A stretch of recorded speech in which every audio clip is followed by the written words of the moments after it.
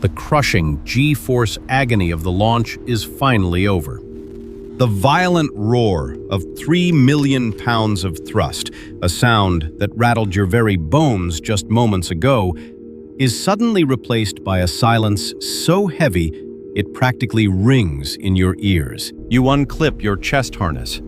A single finger pushes against the armrest, and you lift off. Floating, weightless. Outside your reinforced window, Earth is a shrinking, fragile sapphire against an endless ocean of black. It is the ultimate human triumph. But inside your spacesuit, inside your veins, your bones, your very brain, a silent, desperate alarm is ringing. You have just crossed a threshold no human biology was ever meant to cross.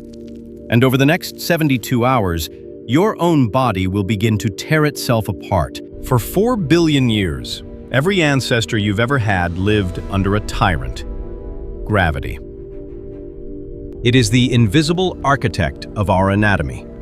It forged the density of our bones, the tension of our muscles, and the fierce, relentless rhythm of our beating hearts. We are creatures of the dirt, engineered by the downward pull of our planet. So, when you violently rip the human body out of that evolutionary cradle and hurl it into the weightless void, it doesn't relax. It panics. It enters a state of profound biological shock.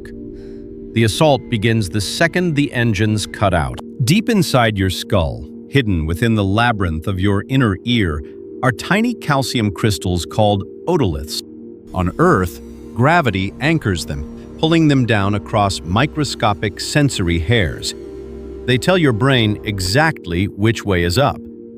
But in microgravity, they drift. They float aimlessly, misfiring chaotic, terrifying signals directly into your nervous system. Your eyes look around the brightly lit cabin and tell your brain that you are sitting perfectly still, but your inner ear screams that you are in an endless, terrifying freefall. This catastrophic sensory collision triggers a primal defense mechanism. Your brain assumes one thing: you have been poisoned, and its immediate response is to purge. They call it Space Adaptation Syndrome, but that clinical term hides a brutal reality. Cold sweats drench your forehead. Your stomach violently seizes. In the tight, claustrophobic confines of a deep space module, simply turning your head to check a flashing monitor sends the entire room spinning into chaos. You are millions of miles from a hospital, locked in a flying metal canister, and your own nervous system is treating the environment as a lethal toxin. If you can endure the nausea, a far stranger metamorphosis awaits you on day 2. On Earth, gravity is a relentless anchor on your bloodstream, constantly pulling fluids down into your legs. To keep you from blacking out every time you stand, your heart evolved into a brutally powerful pump, firing blood upward against the weight of the world. But in the vacuum of space, the weight of the world vanishes. Your heart, however, doesn't get the memo. It keeps pumping with that same ferocious upward violence. Without gravity pushing back, nearly 2 liters of fluid completely evacuate your lower half. It surges upward, flooding your torso, your neck, and your skull. Astronauts call it the Puffy Face Bird Legs syndrome. If you floated over to a mirror right now, you would barely recognize the reflection staring back. Your cheeks are bloated, flushed red with trapped blood. The veins in your neck bulge tight against your skin. Meanwhile, your thighs and calves have withered into thin, weakened shadows of themselves. But this is not just a cosmetic change. It is deeply, physically suffocating. The displaced fluid floods your nasal cavities. The delicate tissues gorge and swell, completely crushing your sinuses shut. You are suddenly hit with the sensation of the worst head cold of your life, one that will not end until you return to Earth.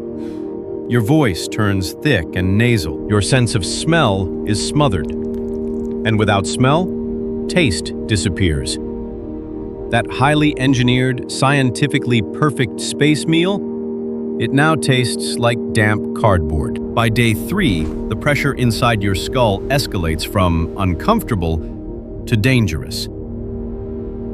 The trapped fluid isn't just swelling your sinuses, it is pushing directly against the back of your eyes.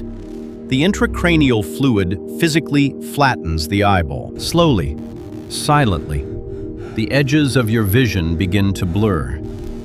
Imagine floating in the dark, staring at the critical life support monitors, and realizing you can no longer read the numbers. Out here, floating in the frozen black, you can do nothing but wait and hope the degradation stops. While the fluids wage war on your head, a much more insidious decay is consuming your skeleton. To move across the cabin, you simply flick the wall with 2 fingers, gliding effortlessly through the air like a ghost. By the 3rd day, it begins to actively digest its own muscle mass. The thick, powerful anti-gravity muscles in your calves begin to dissolve. The cells responsible for building new bone shut down. But the cells that destroy old bone keep working flawlessly. Your skeleton begins to dissolve into your bloodstream, leaching massive amounts of calcium. This calcium surge floods your kidneys, drastically spiking the risk of kidney stones. Imagine the blinding, paralyzing agony of a kidney stone. But you are trapped in a metal box, hurtling through the void at 17,000 miles per hour. Even your spine morphs. Without gravity compressing your vertebrae, the spinal discs swell with excess fluid, physically stretching your back. You grow up to 2 inches taller. But this sudden elongation pulls fiercely on nerves and ligaments that were never designed to stretch. A deep, radiating, inescapable backache sets in. It steals your focus. It ruins your sleep. Yet, the most profound mutations of all cannot be seen on an X-ray or measured by a blood test. They happen in the quiet, agonizing moments. Earth is no longer a world. It is a fragile, pale blue dot swallowed by an uncaring ocean of radiation and vacuum. You realize that space isn't just a place you visit.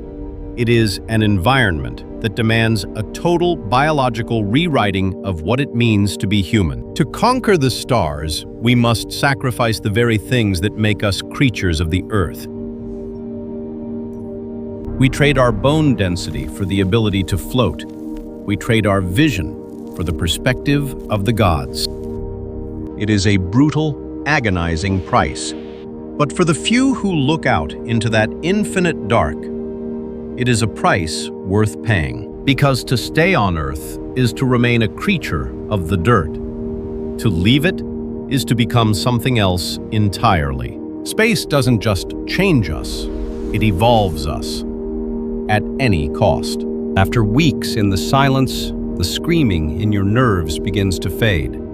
The body stops fighting the void and starts to listen.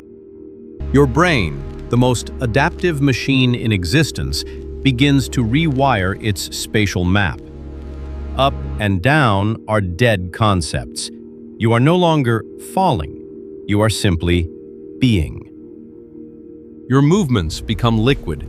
You navigate the 3-dimensional maze of the ship with a precision no earthbound human could ever master.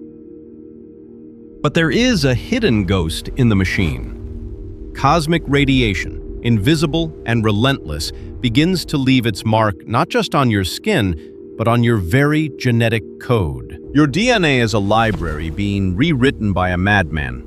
Most of it is damage, but some of it is a mutation towards something new. You start to see flashes of light with your eyes closed, cosmic rays striking your retina directly. You are perceiving the universe without the need for light. The loneliness that once threatened to crush your mind has transformed into a profound connection. You are no longer an intruder in the dark. Earth, the gravity, the air, the smell of rain on hot asphalt, it all feels like a dream someone else had. A childhood memory of a home that no longer fits. Your heart beats slower now. Your lungs require less. You have become the first of a new species, the Homo Spatialis. We didn't just go to space to see the stars. We went to space to let the stars see us, to let them change us into something that can survive the long journey home. Because the version of you that left Earth, that person died a long time ago.